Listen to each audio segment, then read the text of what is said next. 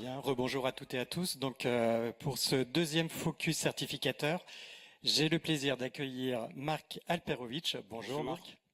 Donc Marc, vous êtes président et fondateur du TOSA. Alors, pouvez-vous nous parler du TOSA, de votre expertise? Alors, le TOSA, c'est un ensemble de certifications qui sont éditées et distribuées par une société française qui s'appelle Isograd. Et on délivre des scores sur 1000 pour mesurer les capacités d'un individu sur les compétences numériques. Donc, on va couvrir les principales suites bureautiques, Microsoft Office, Google, les outils de PAO, d'Adobe ou les langages de programmation.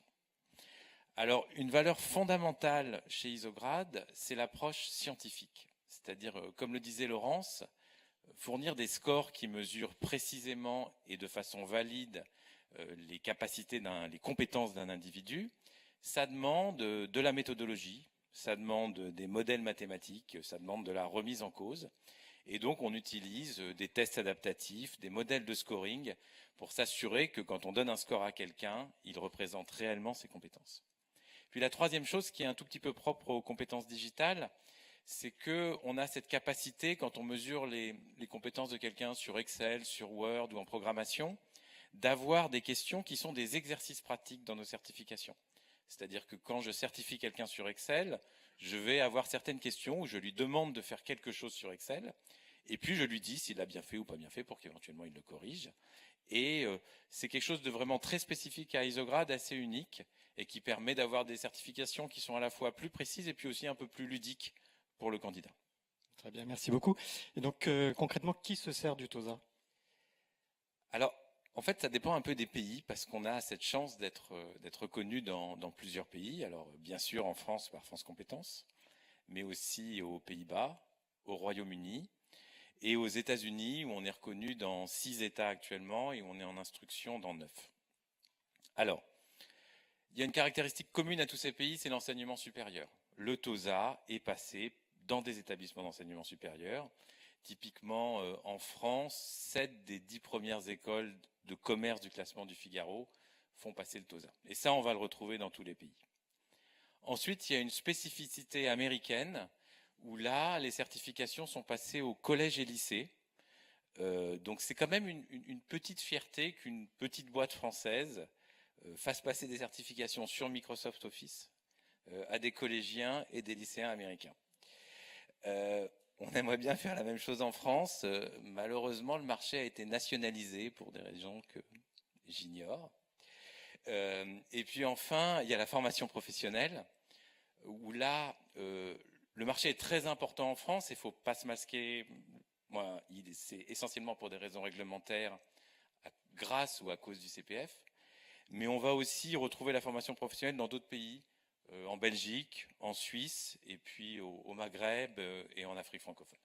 Très bien. Donc, en fait, vous fédérez un réseau d'organismes de formation. Et donc, comment vous le gérez au quotidien? Alors, si on prend la France, on a quand même plus de 1000 organismes de formation agréés à former ou à faire passer l'examen. Ça peut sembler beaucoup.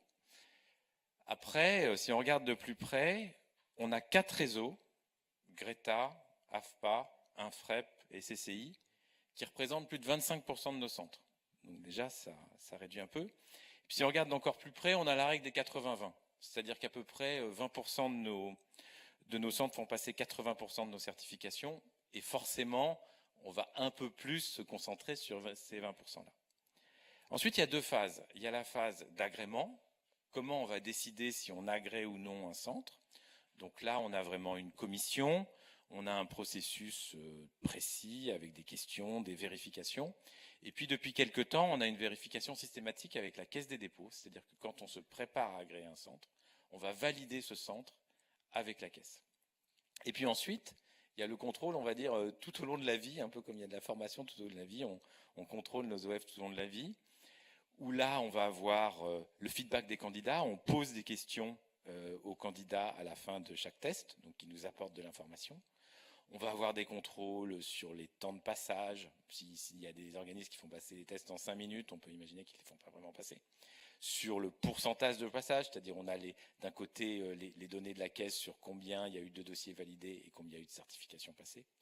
Donc plein de contrôles vraiment factuels qui sont aussi organisés. Et puis aussi, on a des contrôles automatiques à base d'intelligence artificielle sur le contrôle du catalogue, c'est-à-dire de la présentation de l'offre de formation dans EDOF sur nos certifications, pour s'assurer qu'elle est cohérente. Ça, c'est une obligation réglementaire. Et là, on a vraiment développé un outil d'intelligence artificielle qui analyse les descriptions de formation pour vérifier qu'elles sont cohérentes avec les certifications préparées.